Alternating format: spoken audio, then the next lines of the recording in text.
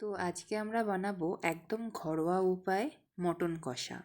তো মটন কষাটা বানানোর জন্য আগে আমরা কড়াইতে দিয়ে দেবো পরিমাণ মতন সর্ষের তেল।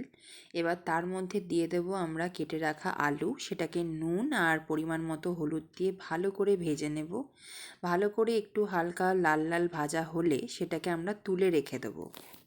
এরপরে আমরা ওই তেলের মধ্যে দিয়ে দেবো গোটা গরম মশলা। আমরা এখানে শুধু এলাচি দিয়েছি, তোমরা চাইলে তেজপাতা দারচিনিও দিতে পারো। তারপরে আমরা পেঁয়াজ দিয়ে পেঁয়াজের মধ্যে পরিমাণ মতো নুন দিয়ে ভালো করে পেঁয়াজটাকে বেরেস্তার মতো করে ভেজে নেব। পেঁয়াজটা ভালো করে ভাজা হয়ে গেলে আগের থেকে আমরা ম্যারিনেট করে রাখা মাটনটাকে দেব। এখানে আমরা মাটনটাকে আধ ঘন্টা ম্যারিনেট করে রেখেছিলাম। পরিমাণ মতন আদা রসুন বাটা, সাথে নুন, একটু পরিমাণ মতো হলুদ, কাশ্মীরি লাল মির্চ, চাইলে আপনারা একটু দইও ব্যবহার করতে পারেন। এবারে এটাকে ভালোভাবে আমরা কষবো।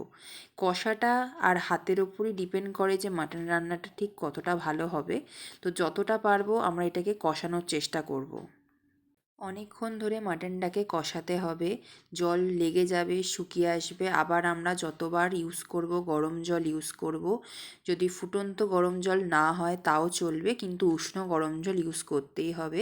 আমরা কিছুক্ষণের জন্য এটাকে ঢাকা দিয়ে রাখবো। আবার কিছুক্ষণ পরে ঢাকা খুলে তার মধ্যে আলুগুলোকে মিশিয়ে দেবো, ভেজে রাখা আলুগুলোকে। এবারে সেই আলুগুলোকে দিয়ে এটাকে ভালো করে কষাবো।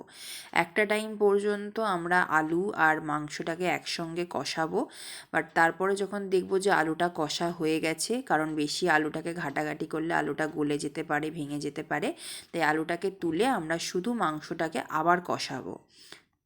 এইভাবে আলতো হাতে প্রায় 30 থেকে 35 মিনিট বারবার ঢাকা দিয়ে কিছুক্ষণ রেখে আবার ঢাকা খুলে কিছুক্ষণ কষিয়ে আমরা এইভাবে পুরো মাংসটাকে অনেকক্ষণ ধরে কষিয়েছি।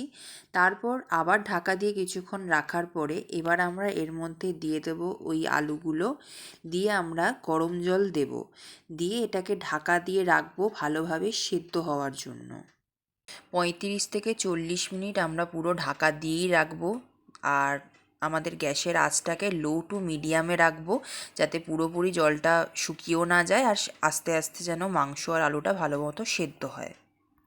এবার একটু খুলে চেক করব যে আলুগুলো ঠিকঠাক সেদ্ধ হয়েছে কি না, মাংসগুলো একটু সাইড দিয়ে দেখব যে সেদ্ধ হয়েছে কি না।